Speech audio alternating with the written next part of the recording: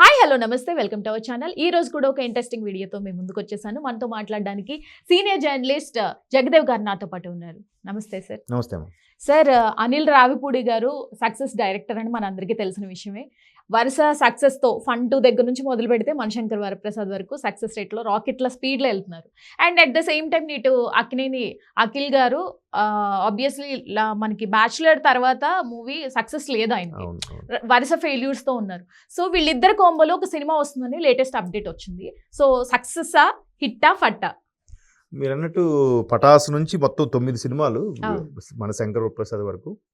అంటే అది మనం చాలా మంది అనేస్తారండి, నేను దాన్ని నమ్మను. ఆయనకి హిట్టా ఫట్ అవుతుందా, అఖిల్కి హిట్స్ లేవు కాబట్టి అంటే సెంటిమెంట్ వర్కౌట్ అవుతుందా రకరకాలుగా అంటారు. కానీ ఒక్కొక్కసారి సిచ్యువేషను అక్కడ పబ్లిక్ మూడ్ బట్టి కూడా ఉంటుంది ఆ పర్టికులర్ సిచ్యువేషన్లో. ఎందుకంటే ఇప్పుడు నేను మొన్ననే ఏదో టాపిక్లో మాట్లాడాను, ఈసారి సంక్రాంతికి ఎవరితో సినిమా చేయబోతున్నారు, బాలయ్య వెంకయ్య లేదా నాగ్తో ఇంతవరకు తీయలేదు, నాగ్ సార్తో తీస్తారేమో నేను అన్నాను. నాగ్ సార్ కాకుండా నాగ్ సార్ అబ్బాయితో తీస్తున్నారు. మంచి అఖిల్ మంచి టాలెంట్ ఉన్న హీరో, వద్దు పొడుగు మరొక మహేష్ బాబు అనుకోవచ్చు మనకి ఇండస్ట్రీకి. బట్ దాని అదృష్టం అనాలమ్మా. ఎందుకంటే చిన్న ఎగ్జాంపుల్ చెప్తా, అదుర్స్ సినిమా సూపర్, ఇప్పటికి టీవీలో వస్తే కామెడీ బ్లాక్ బాస్టర్ సినిమా, కానీ రిలీజ్ ఆడలేదు. తెలుసా మీకు విషయం? బికాస్ ఆఫ్ సకల జనుల సమ్మె, తెలంగాణ ఉద్యమం పీక్లో ఉన్నప్పుడు రిలీజ్ అయిన సినిమా అవడం వల్ల సరిగ్గా ఆడలేదు. దాన్ని ఏమంటాను చెప్పండి, అదృష్టాన్ని నమ్మాల్సిందే. మరి అక్కడ ఎన్టీఆర్ చెదగొడేశాడు, ఆయన పంతులు క్యారెక్టర్ ఇంక ఎవరు చేయలేరేమో అంతగా చెదగొడేశాడు. బ్రహ్మానందం ఆయన కాంబోలో ఇప్పటికే కామెడీ బిట్స్ మీరు కొన్ని లాక్స్ వ్యూస్ ఉంటాయి కదా. సో దాన్ని మనం చెప్పలేము. ఆటోగ్రాఫ్ సినిమా అమ్మా నాకు చాలా ఇష్టం, నా ఆటోగ్రాఫ్ రవితేజ గారి సినిమా. అది మొన్న రిలీజ్ అయితే అందరూ భలే ఉందిరా సినిమా అంటారు ఇప్పుడు జనజీవాలు కూడా. అప్పుడు మరి ఎందుకమ్మా ఆడలేదు? అది ఆరెంజ్ సినిమా కూడా ఫ్లాప్ అయిందని నాగబాబు గారు సూసైడ్ అటెంప్ట్ వరకు వెళ్ళారని ఆయనే చెప్పారు. అది మొన్న రిలీజ్ అయితే 5 crores కలెక్ట్ చేసింది. అప్పుడే కలెక్ట్ చేస్తే నాకు ప్రాబ్లం లేవు కదా అన్నాడు ఆయన కదా. కాబట్టి అది అఖిల్కి సినిమా హిట్ లేదు, ఈయనతో వస్తే ఫ్లాప్ అయిపోతుందేమో. అనిల్ రికార్డ్ ఒక్కసారి ట్రిపుల్ హ్యాట్రిక్ అనాలి.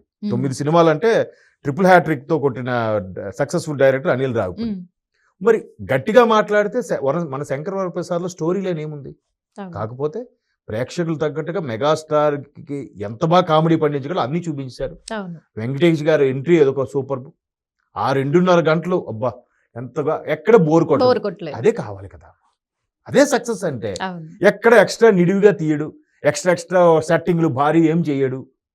ప్రేక్షకుడు కాసేపు నవ్వుకునేలాగా ఉంది. ప్రొడ్యూసర్కి అలాంటి దర్శకుడే కావాలి. ప్రమోషన్స్ అన్ని మీద వేసుకుంటాడు, ఏదో ఒకటి నందిని పందిని ఏదో చేసి ఇటు చేస్తాడు. సో మేబీ అఖిల్ అంటే స్టోరీ కొన్ని అనుకుంటారు కదా, ఆ స్టోరీ తగ్గట్టు ఒకళ్ళ మైండ్లో పెట్టుకుని రాసుకుంటారమ్మా. మేబీ అఖిల్ మైండ్లో పెట్టుకుని ఆయన రాసాడేమో స్టోరీ. సో అఖిల్ తగ్గట్టు స్టోరీ మారిపోతుంది.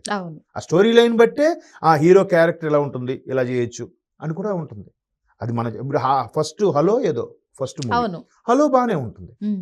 ఫస్ట్ మూవీ అయినా బాగానే చేశాడు కదా అనిపించింది కదా. అది చెప్పలేము. అది అరే హిట్స్ రావట్లేదే.